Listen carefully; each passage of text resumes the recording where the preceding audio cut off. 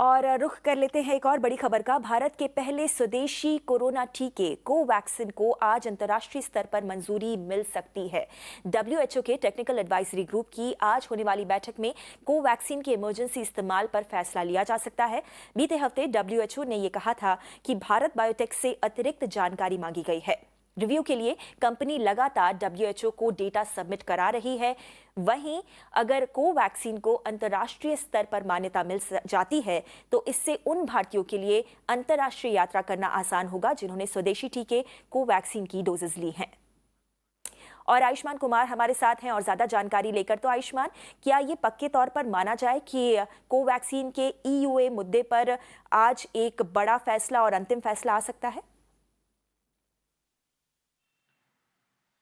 देखिए गौरी, जो डब्ल्यूएचओ की ड्राफ्ट एजेंडा की डॉक्यूमेंट है, उस डॉक्यूमेंट में इस बात को साफ किया गया है कि अक्टूबर के एंड में भारत में बनी कोवैक्सीन को इमरजेंसी यूज लिस्टिंग में शामिल किया जाने का जो तय समय सीमा है वो अक्टूबर का महीना है।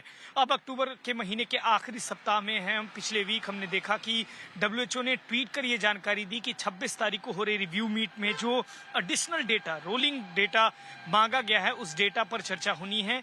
एक क्रिटिकल तरीके से एनालाइज किया जा रहा है। भारत बायोटेक जो कि वैक्सीन के निर्माता हैं, उनका कहना है कि उन्होंने सारे डॉक्यूमेंट्स, दस्तावेज दे रखे हैं। इस बीच पिछले सप्ताह एक अच्छी बात यह भी हुई गौरी की जो स्वास्थ्य मंत्री हैं, उन्होंने भी डब्ल्यूएचओ के जो डीजी हैं उनसे बात की।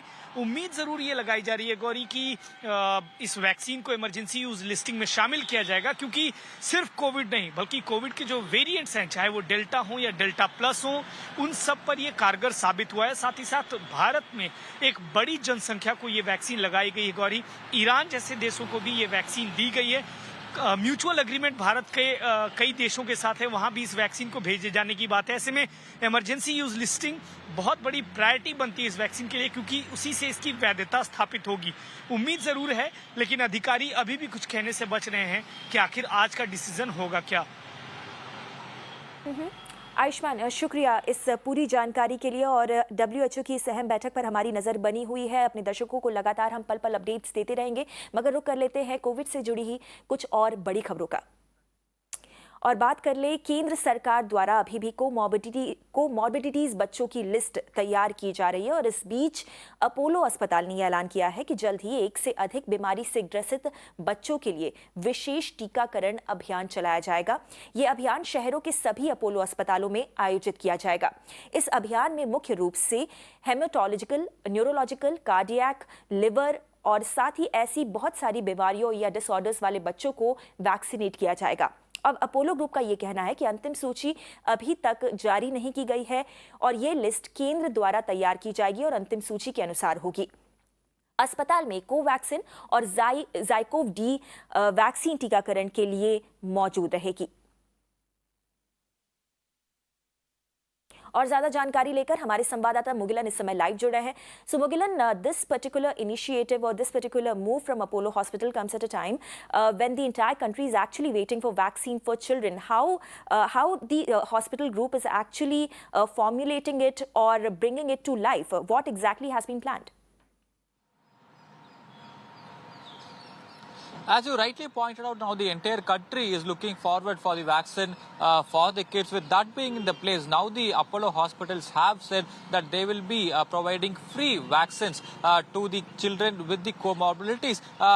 The chairman of the Apollo groups have also confirmed that by and large now the adult population is almost is been covered with the COVID vaccine, and the children also has been not severely affected by the COVID infection in the wave 1 or 2, but children with the comorbidities are at the risk of contracting the infection, is what we are hearing from the chairman of the Apollo group, and that is how they also have confirmed that they will be providing free vaccine to the kids with the comorbidities comorbidities all across their facilities, all across the country is what we are waiting, what we are hearing, and this is subjected to the confirmation or the approval that's coming from the union government. So once the union government gives permission to vaccinate the kids, Apollo hospitals have said that they will be providing free vaccination to the children with the comorbidities, and they have also given a list of comorbidities that they will be covered in this particular initiative, and they also have confirmed that they are making a final list, and once the approval comes, they will also release a final list of comorbidities what they will be covering and administering free vaccines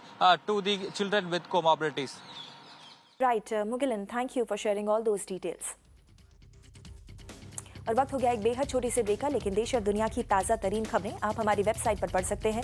साथ ही हमें social media handles पर भी जरूर